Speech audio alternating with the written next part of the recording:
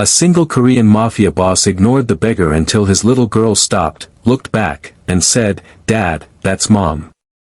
Nari held her father's hand tightly as they stepped out of the private elevator at the Shilla Hotel. The rooftop lounge shimmered behind them.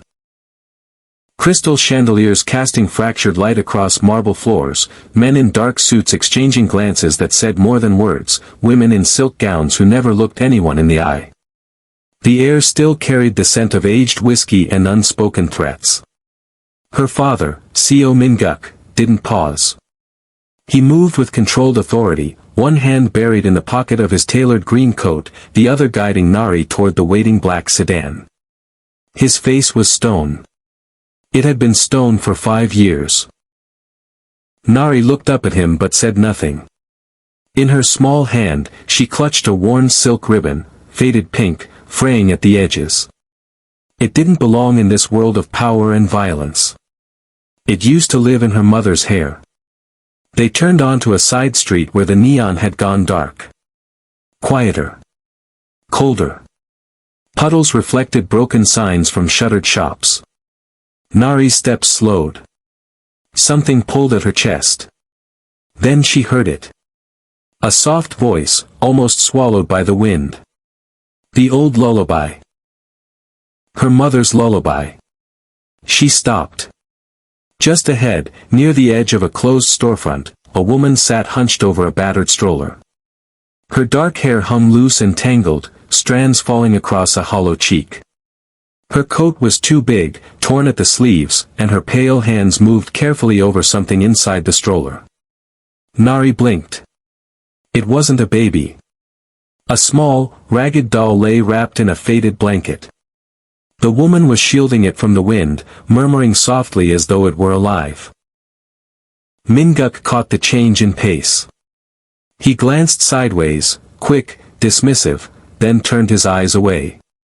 His grip on Nari's hand tightened.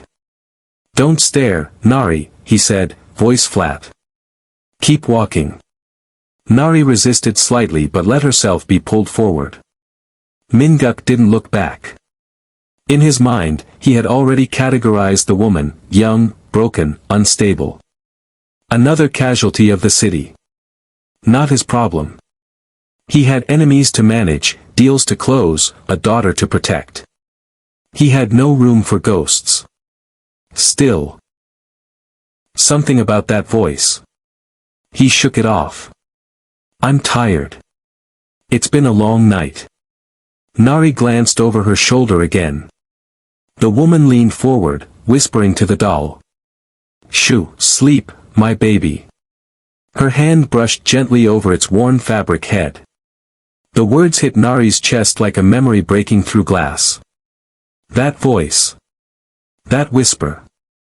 That exact rhythm, soft and slow, the way that "shoo" floated into the air like a kiss goodnight. That was how her mother used to sing to her. She stopped walking. "Dad."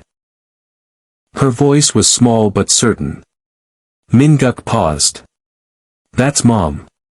He froze. For a moment, the street went completely silent in his ears. The distant hum of traffic, the flicker of a dying streetlight, the wind, all of it disappeared. He turned slowly, eyes locking onto the woman behind them. She was still seated, head bowed, lips moving through the last notes of the verse. The streetlight above her flickered, casting shadows that made her face harder to see. But Min-guk saw it. The slope of her jaw. The way her fingers moved, delicate, careful, maternal. And the faint uneven line along her right wrist. A scar. The scar she got 5 years ago, shielding Nari from shattered glass the night the world exploded. Something inside him staggered. "No," he said aloud, more to himself than to Nari. "That's not possible." He crouched slightly to meet his daughter's eyes, forcing calm into his voice. "Nari. Your mother is gone. You know that." Nari didn't blink. She looked back toward the woman, her voice even quieter now. "She's not gone, Dad. She's just not home yet." Min-guk opened his mouth to speak, but nothing came. Instead, his gaze drifted once more to the woman and her small, ragged doll. She looked up, just for a second. Her eyes, tired and distant, brushed past him like a ghost who didn't recognize her own name. Minguk straightened slowly, clearing his throat. "Come on," he said. "Let's go." But this time, he didn't pull Nari forward. He just stood there. And in that pause, in the unsettled breath between one step and the next, something inside him, solid and controlled for so long, began to crack. Just a little. The morning came with wind that cut through layers of worn fabric. Lim So-yun sat curled at the edge of a shuttered bakery, her arms wrapped around a ragged doll resting inside a battered stroller. The wheels squeaked softly every time she rocked it back and forth, a gentle, rhythmic motion. Soothing. Maternal. "It's cold today," she murmured, tightening a frayed scarf around the doll's neck. "We'll find a warmer spot soon, baby. Mommy promises." Her voice was soft. She never spoke loudly. Voices drew attention, and attention brought eyes. She hated eyes. Eyes didn't see her, not really. They looked through her when they weren't judging. She knew what people thought. Crazy. Dirty. Useless. But she wasn't crazy. She just didn't remember everything. She didn't remember where she came from or why her chest ached most mornings with something sharper than hunger. She only knew the world had become a place of shadows, and the only light left was Nari. The Nari she fed imaginary spoonfuls of rice to. The Nari she cradled gently during afternoon naps beneath bridge overpasses. The Nari who never cried, never fussed, and always listened. The Nari that was just a doll. Still, she called her my girl. Sometimes strangers dropped coins at her feet or offered half-eaten kimbap. She accepted with quiet gratitude, always polite. "She's hungry too," she'd say, and tear the seaweed wrap into tiny pieces, placing one gently into the stroller as if it might be eaten later. But she never begged. Never asked. That wasn't what mothers did. They waited. They watched. They protected. She sang. That was how she remembered her, the real Nari. Though the image in her mind was blurry, like fogged glass. A small girl, warm against her chest, tiny fingers curled into her sweater, breathing slowing under the sound of her voice, she would sing, barely above a whisper. The melody always came easily. The memories did not. Sometimes, in the space between waking and sleeping, fragments surfaced. A flash of violence, men in dark masks. The crack of glass shattering. Cold water filling her lungs, pressing against her chest like a fist. And somewhere, far away, a little girl's cry. "Mommy." Then nothing. She would wake gasping, heart pounding, the doll clutched to her chest. "Shoo," she'd whisper, rocking it gently. "Mommy's here. Don't be scared." One night, after the rain began, So-yun found shelter beneath the metal stairs behind a closed pharmacy. The space was narrow and damp, but dry enough. She bundled the doll in her arms, covering it with the same patchy blanket she always used. Then she sang. "You make me happy when skies are gray." Her voice trembled. Notes cracked from the cold in her chest. But she finished the verse. She always did. Afterward, she leaned down and pressed her lips gently to the doll's worn fabric forehead. "Mommy's here," she whispered. "I'll find you. I promise." She closed her eyes, rocking slightly, and for a moment she wasn't cold. Wasn't broken. Wasn't invisible. She was just a mother. Still waiting. That same night, Seo Minguk couldn't sleep. He lay in the dark of his penthouse bedroom, staring at the ceiling. The city glittered beyond the floor-to-ceiling windows, soul sprawling beneath him like a kingdom he no longer wanted. The sheets were cold. The room was silent. But his mind wouldn't stop. That voice. It clung to him like smoke. Soft, trembling, hauntingly familiar. He didn't want to believe it. It made no sense. But it sounded like her. The same pitch. The same lingering note at the end of each phrase. The same way the melody floated into the air like a prayer she didn't know she was saying. He sat up, swung his legs over the edge of the bed, and reached for his phone. The screen glowed in the darkness.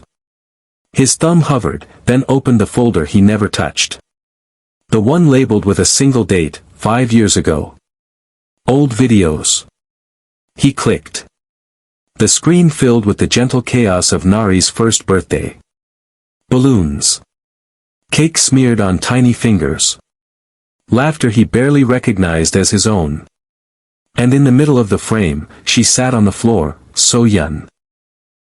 Her dark hair falling around her face, holding baby Nari against her chest. She was singing. Same key. Same phrasing. Same soft vibrato on the final note. Minguk's breath caught.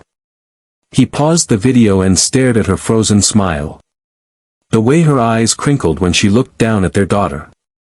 The way her fingers brushed Nari's hair so gently, like she was holding something sacred. He hadn't watched this in years. He couldn't. Every frame was a knife. But now. He opened another folder. Case files.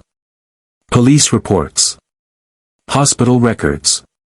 Documents he'd paid a fortune to obtain and then buried because reading them felt like drowning. The night of the attack. He remembered it in fragments. The car. The bridge. The men who came for him but found her instead. Gunfire. Shattering glass. The car plunging through the railing into the black water of the Han River. They never found her body.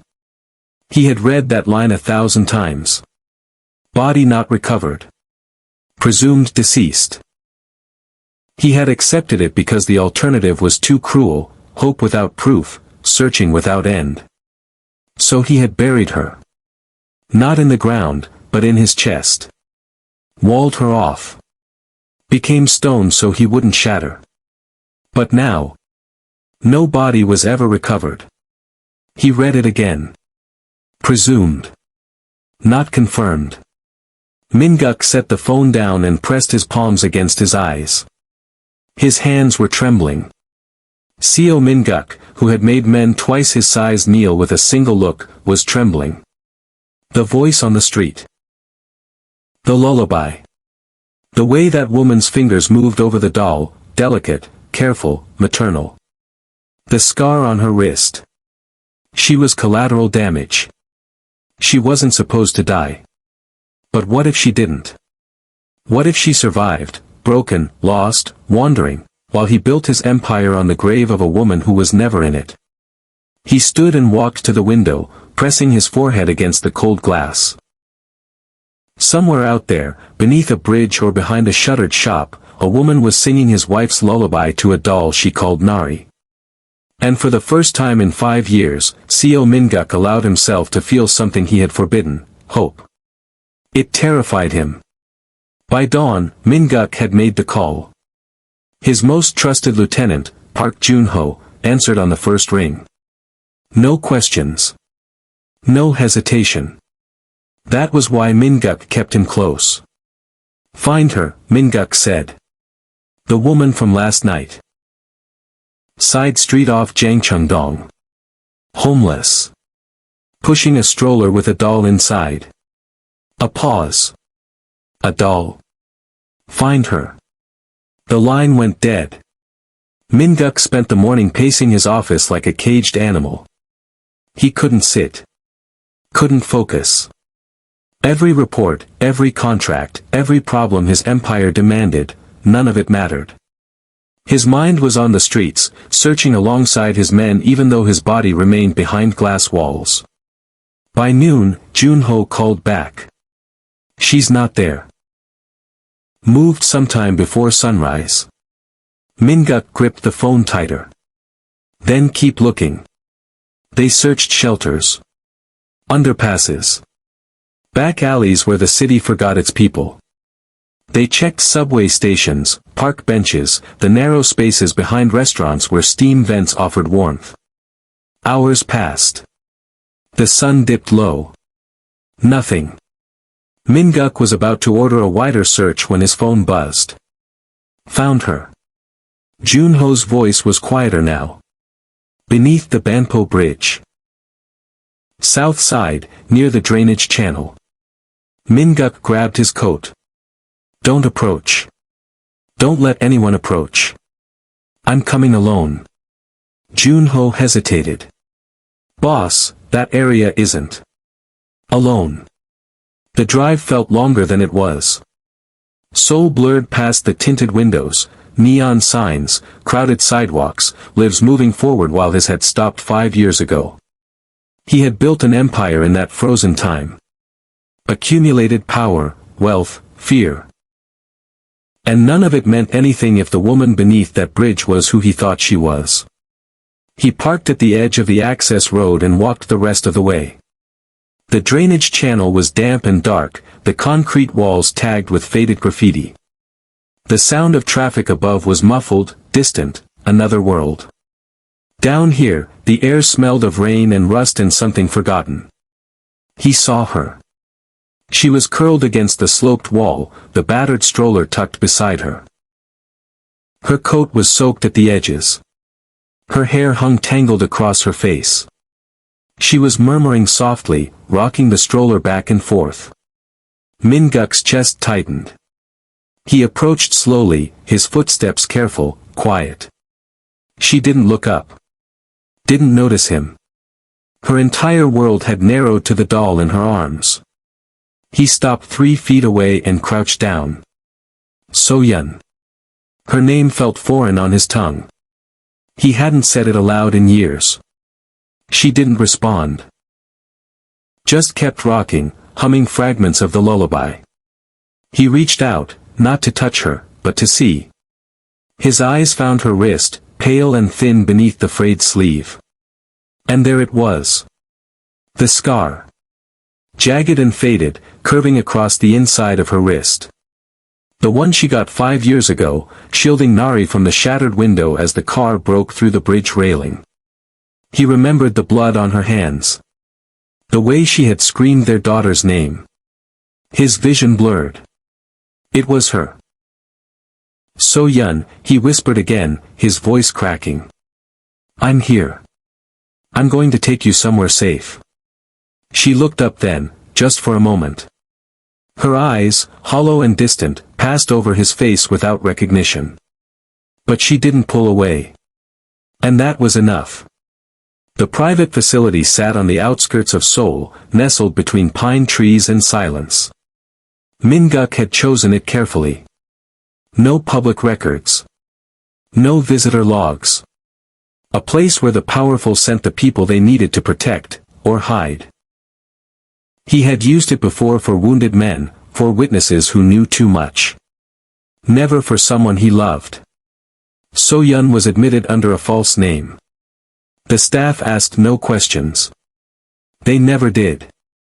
She didn't resist when they guided her from the car to the wheelchair, from the wheelchair to the private room. She simply held the doll against her chest and hummed softly, her eyes fixed on something no one else could see. Min-guk stood in the hallway while the doctors examined her. He couldn't sit. His men waited at the exits, silent and watchful, but he barely noticed them. His entire world had narrowed to the door in front of him and the woman behind it. An hour later, Dr. Yoon emerged, a thin woman with steel-gray hair and the kind of calm that came from decades of witnessing the unthinkable. She's stable, the doctor said. Malnourished, dehydrated, minor infections we can treat. But the physical damage isn't what concerns me. Min-guk's jaw tightened. Tell me. Severe dissociative amnesia. Likely triggered by extreme psychological trauma. Dr. Yoon paused, choosing her words carefully. Her mind has fragmented to protect itself. She doesn't remember who she is. She doesn't remember her life before. The doll, she believes it's her child. A daughter named Nari. The name hit him like a blade between the ribs. She named it after our daughter, he said quietly. Dr. Yoon nodded. That's significant. It means somewhere, beneath the fractures, the memory exists. Her mind couldn't hold on to the real Nari, so it created a replacement. Something she could protect. Something that wouldn't leave her. Min-guk closed his eyes. 5 years. 5 years she had been out there, alone, mothering a doll because her shattered mind couldn't remember the real girl she had lost. Will she recover? It's possible, Dr. Yoon said. But slow. Uncertain. Memories may return in fragments, or not at all. Forcing them could cause more harm. She needs time. Safety. Patience. Patience. Min-guk had built an empire on decisiveness, on action, on never waiting when he could strike. And now he was being told to wait. Can I see her? Dr. Yoon studied him for a moment, then stepped aside. The room was soft, pale walls, gentle light, a window overlooking the pines. So-yeon sat on the edge of the bed, the doll cradled in her lap. She was cleaner now, dressed in hospital white, her hair brushed back from her face. She looked up when he entered.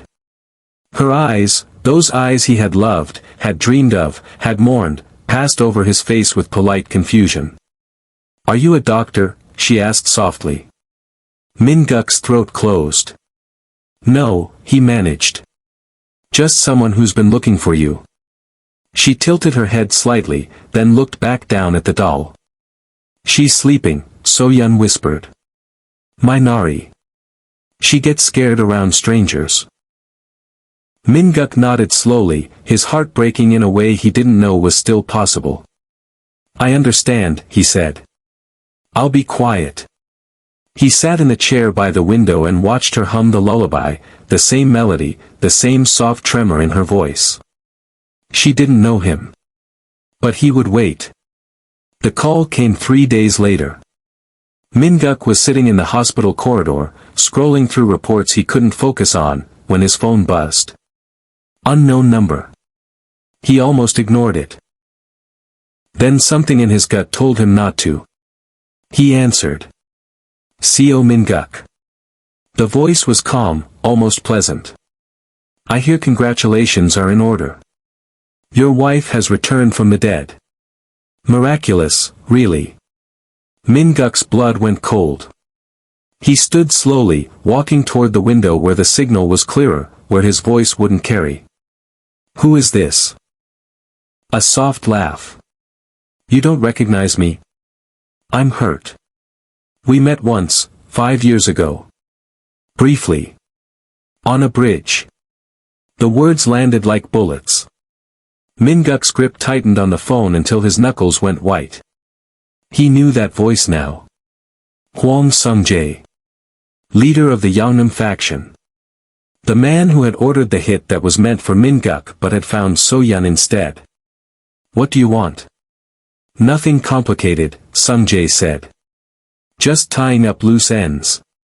Your wife was in the car that night. She saw faces.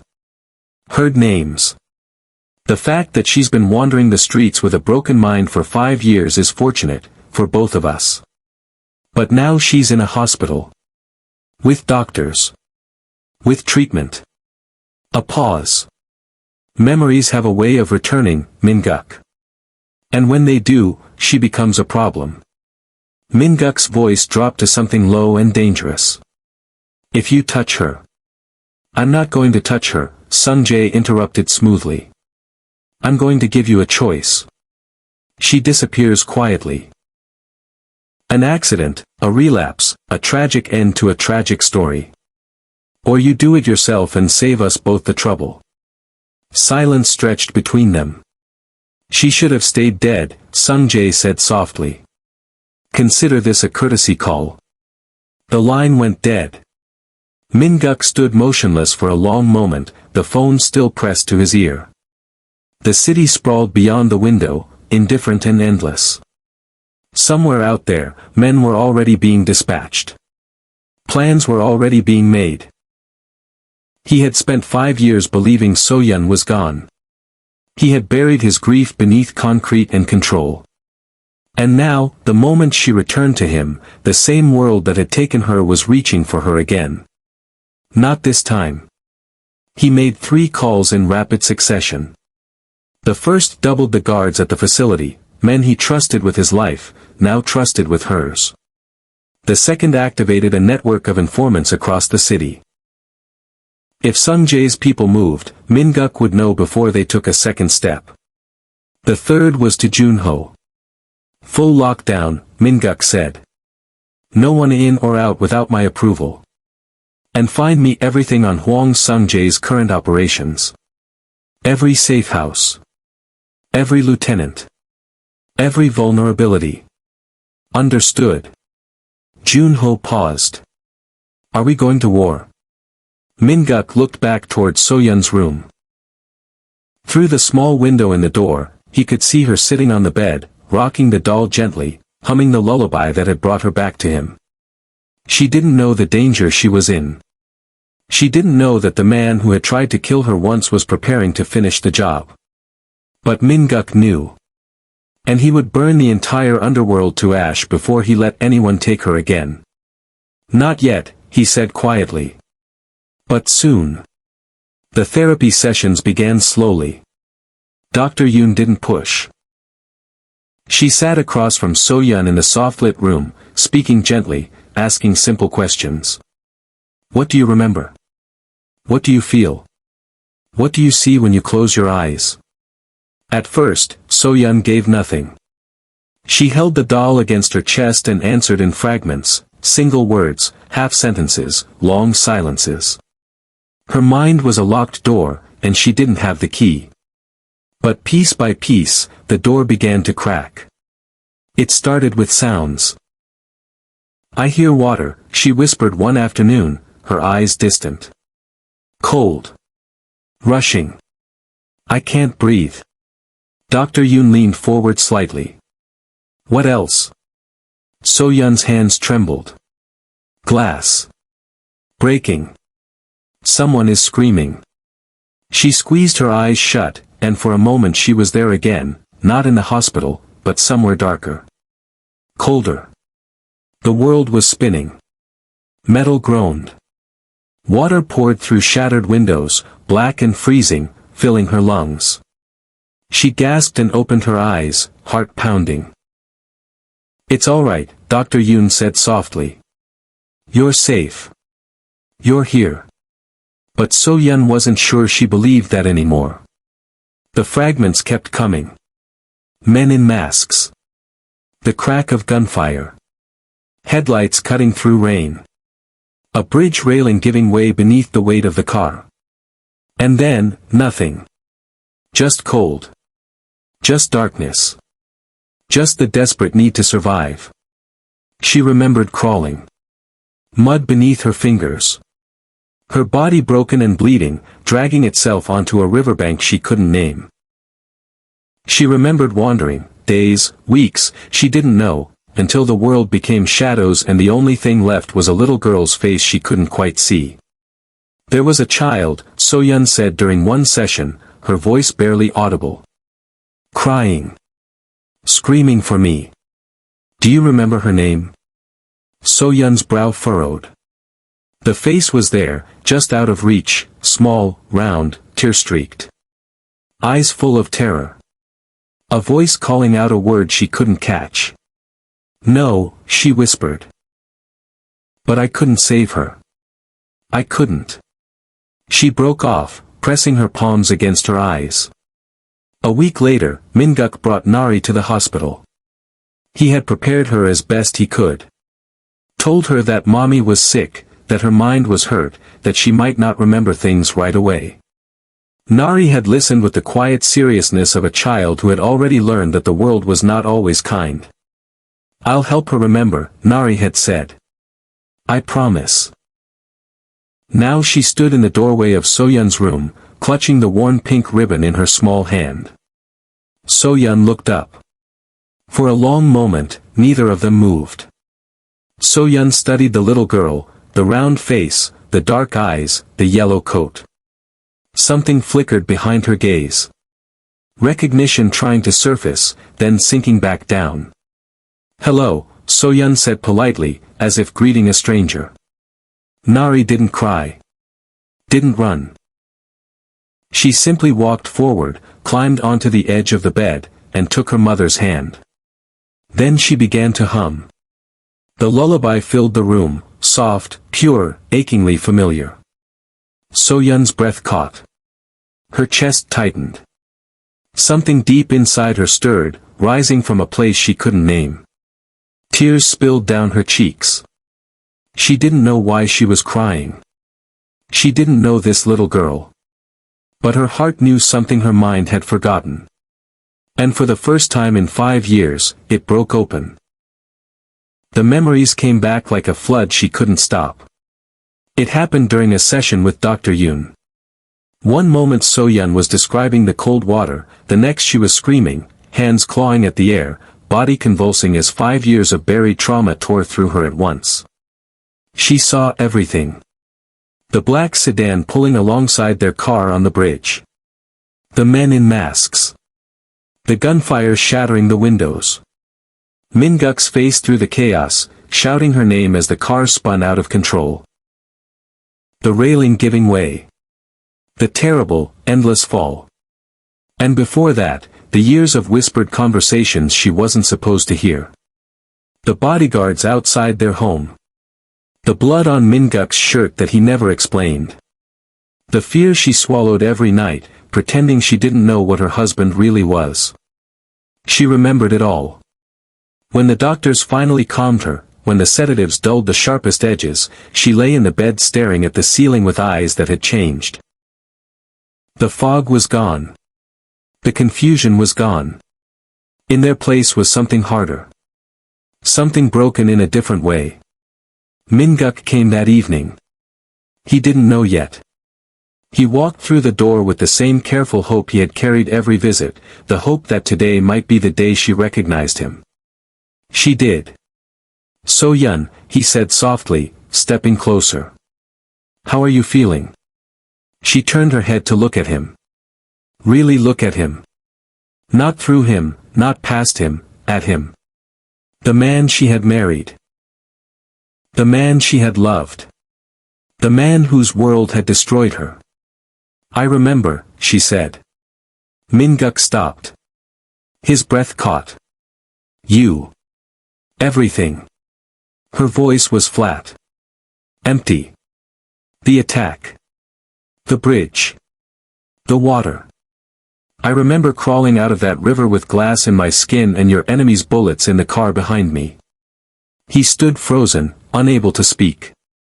"Your world did this to me," she continued, her voice cracking now. "Your empire. Your enemies. They weren't trying to kill me, Min-guk. They were trying to kill you. And I was just," she broke off, pressing a hand to her mouth. "So-yun, I can't go back to that life." The words came out sharp, jagged. "I won't. Your enemies will always come for us. For me. For Nari." Her eyes filled with tears. "I almost died. I lost 5 years. I lost my daughter. I lost myself. And for what? For your power. For your pride." Min-guk felt the words land like blows. Each one deserved. Each one true. "You're right," he said quietly. She looked up, surprised. "You're right," he repeated. His voice was hollow. "This is my fault. All of it. I built a kingdom on blood and told myself I could keep you safe inside it. I was wrong." He took a step back toward the door, his face a mask of devastation. "I don't deserve you," he said. "I never did." Then he turned and walked out, leaving So-yun alone with the weight of everything they had both lost. 3 days passed before Min-guk returned. He spent them in silence. Not the silence of planning or strategy, the silence of a man confronting the wreckage of his own making. He sat alone in his penthouse, staring at the city he had conquered, and wondered if any of it had ever mattered. So-yun was right. His empire was a death sentence. Every alliance, every territory, every victory, they all came with enemies. And those enemies would always reach for the people he loved first. He had told himself he could protect them. He had been a fool. On the third night, he made a decision. When he walked into So-yun's hospital room, she was sitting by the window, watching the pines sway in the evening wind. The doll was gone, set aside on a shelf, no longer needed now that her memories had returned. She looked fragile. Tired. But her eyes were clear. She didn't turn when he entered. "I thought you weren't coming back," she said quietly. "I almost didn't." He stopped a few feet away, hands in his pockets. "I've been thinking about what you said. About my world. About what it cost you." She finally turned to look at him. Waiting. "You were right," he continued. "I can't undo what I am. I can't erase the blood on my hands or the enemies I've made. But," he paused, searching for words he had never been good at finding. "I can walk away from it." So-yun's expression shifted, confusion, disbelief, something fragile beneath it all. "I've already started," Min-guk said. "Transferring operations. Delegating authority. There's a house outside the city. Quiet. Safe. No one from my world knows about it." He took a breath. "I'm not asking you to come back to who I was. I'm asking if you'll let me build something different. Something that doesn't hurt you." She stared at him for a long moment. "And Nari? She needs her mother," he said simply. "And I need," his voice faltered. "I need to stop being the man who destroyed you. Even if it takes the rest of my life." So-yun stood slowly. She crossed the distance between them, stopping just inches away. Her eyes searched his face, looking for lies, for angles, for the coldness she had learned to fear. She found none. "You don't have to be who you were," Min-guk said softly. "You just have to be here. With us." Her lip trembled.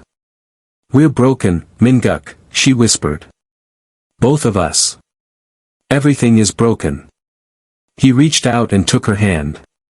Her fingers were cold, thin, trembling, but they didn't pull away. "I know," he said. "But we are broken." For a moment, neither of them moved. The room was silent except for the wind outside and the quiet rhythm of their breathing. Then So-yun stepped forward and pressed her forehead against his chest. It wasn't forgiveness. Not yet. It wasn't trust. Not fully. But it was a beginning. And for now, that was enough. The house sat at the end of a narrow road, surrounded by hills and silence. It was modest by Min-guk's standards. 2 stories, pale blue shutters, a wooden porch that creaked softly underfoot. No gates. No guards visible from the outside. Just trees, a small garden, and the kind of quiet So-yun had forgotten existed. She stood in the doorway on her first morning there, breathing in air that smelled like pine and earth and something she couldn't name. Peace, maybe. Or the memory of it. Nari ran past her into the yard, arms spread wide, laughing at nothing in particular. Min-guk came up beside her, 2 cups of tea in his hands. He offered one without speaking. She took it. "It's strange," she said softly. "Being somewhere that doesn't feel like it's waiting to hurt me." He nodded. "It'll take time." She looked at him, this man she had loved, then feared, then blamed. He was different here. Softer around the edges. The stone face she remembered had begun to crack, revealing something underneath that she had almost forgotten existed. "You're really walking away from it all?" she asked. "I'm trying." He watched Nari spin in circles on the grass. Junho handles most of it now. I check in when I have to. But I'm not, he paused. I'm not that man anymore. Or I'm trying not to be. The days settled into a rhythm. Mornings were slow. So-Yun would wake to sunlight filtering through cotton curtains, the sound of birds outside the window. She attended therapy twice a week. Sessions that left her exhausted but lighter, like poison being drawn from a wound. She learned to cook again. Simple things at first: rice, soup, vegetables from the small garden Minguk had planted behind the house. He worked beside her sometimes, clumsy with a knife but willing to learn. Nari would sit on the counter, legs swinging, narrating everything they did. "Daddy, you're cutting it wrong. I'm doing my best." "Your best is crooked." So-Yun laughed. The sound surprised her. Rusty, unfamiliar, but real. She started singing again too. Not always the lullaby. Sometimes old songs she remembered from childhood, melodies that surfaced without warning. Nari would join in, making up words when she didn't know them, filling the house with noise that felt like healing. One evening, So-Yun found Nari in her room, bent over a shoebox decorated with stickers and ribbon. Inside were photographs, the worn pink silk ribbon, a drawing of 3 figures holding hands under a yellow sun, and a folded piece of paper. "What's this?" So-Yun asked, sitting beside her. "A memory box," Nari said seriously. "So we never forget." So-Yun unfolded the paper. The handwriting was careful, each letter printed with concentration. "Mommy didn't die. She just got lost. And now she's home." So-Yun's vision blurred. She pulled Nari into her arms and held her tightly, tears sliding down her cheeks. "I'm home," she whispered into her daughter's hair. "I'm finally home." And for the first time in 5 years, she believed it. The evening arrived soft and golden, light spilling through the windows like honey. It was nothing grand, just the 3 of them, a small dinner on the wooden table, candles flickering in mason jars Nari had decorated with painted flowers. No guests. No ceremony. Just family, which was more than Minguk had ever dared to hope for again. After dinner, So-Yun drifted toward the corner of the living room where an old piano sat against the wall. It had come with the house, dusty, slightly out of tune, its ivory keys yellowed at the edges. She had noticed it the first day but hadn't touched it. Hadn't been ready. Tonight felt different. She sat down slowly, running her fingers across the keys without pressing them. The wood was cool beneath her hands. Familiar in a way that ached. "Mommy," Nari said, appearing beside her. "Will you play?" So-Yun looked at her daughter, this little girl who had waited 5 years, who had never stopped believing, who had hummed a lullaby in a hospital room and cracked open a door So-Yun thought was sealed forever. "Yes," she said softly. "I think I will." Her fingers found the keys. The first notes of the lullaby rang out, clear and trembling. She stumbled on the second measure, paused, then continued. The melody was imperfect, hesitant in places, uncertain in others, but it was true. Then she began to sing. Her voice was soft. Not the voice she remembered having, stronger, fuller, unbroken. This voice had cracks in it. This voice had survived things that should have silenced it forever. But it was hers. And it was enough. Nari climbed onto the bench beside her, small body pressing close, and joined in. Her voice was high and pure, weaving through So-Yun's like light through water.